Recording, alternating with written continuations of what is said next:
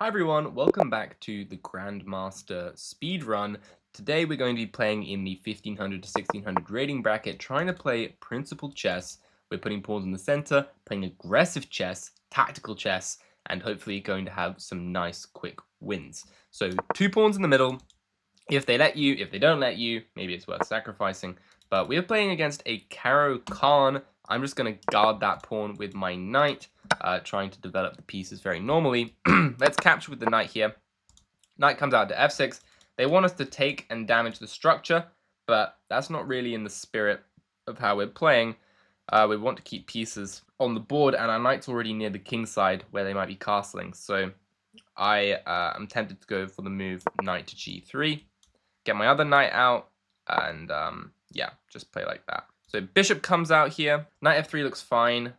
If they take it, we can always take with the pawn. It's not a huge deal because obviously they want to win our d pawn. But bishop pair, pretty big concession to make out of the opening. Not sure that you'd want to do that. Yeah.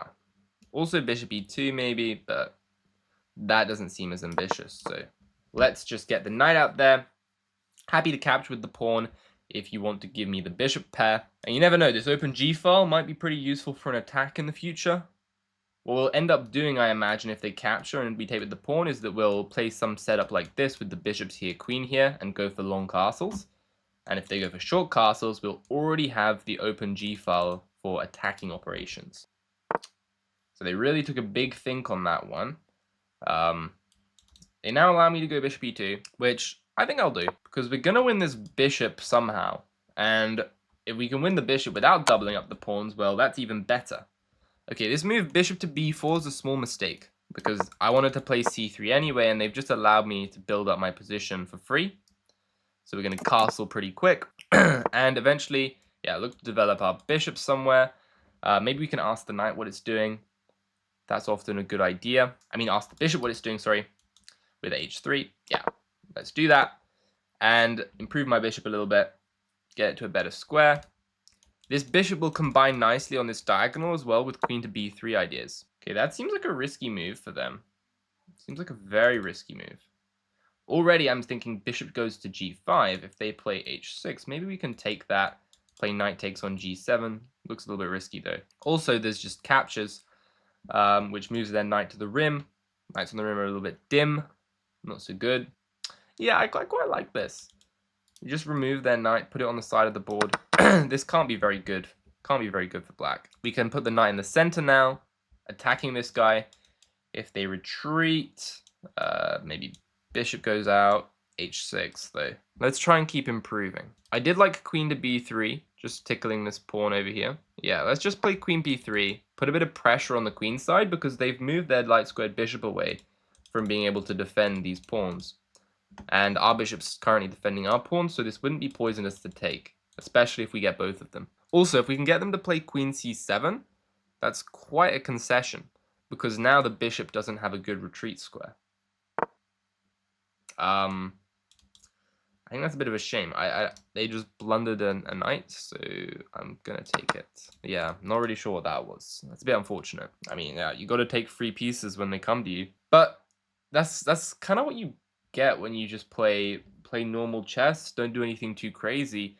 The opponent sometimes just blunders. You know, they go a bit off the rails. But yeah, it's unfortunate. Okay, unfortunately, it looks like they might be stalling as well, but what can you do? Okay, they resigned the game. Well, they didn't resign it, they abandoned it. Fair enough. Let's take a look at the game review, see how things went. We'll analyze it using my protocol, which is trying to match up every single move that you're playing with one of the opening principles. So we'll see if we pass that test in the analysis.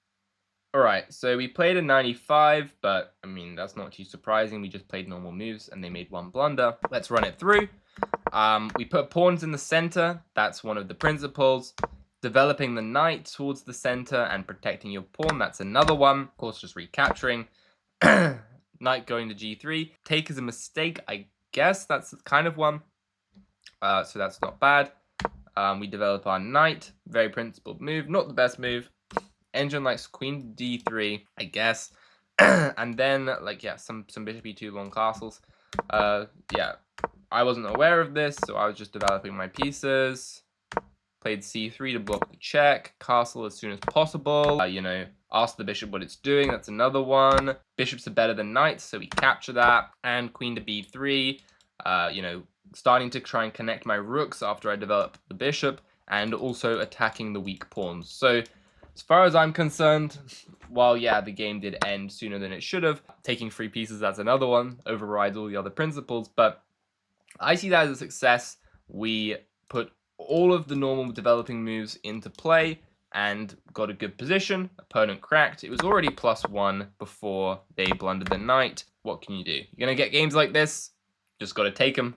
And yeah, so hopefully you enjoyed this video. Hopefully this will help you to see that, you know, 1600 players are fallible as well. They blunder pieces just like you, me, and everyone else. We all blunder from time to time. So yeah, hope you enjoyed the video, and I'll see you in the next one.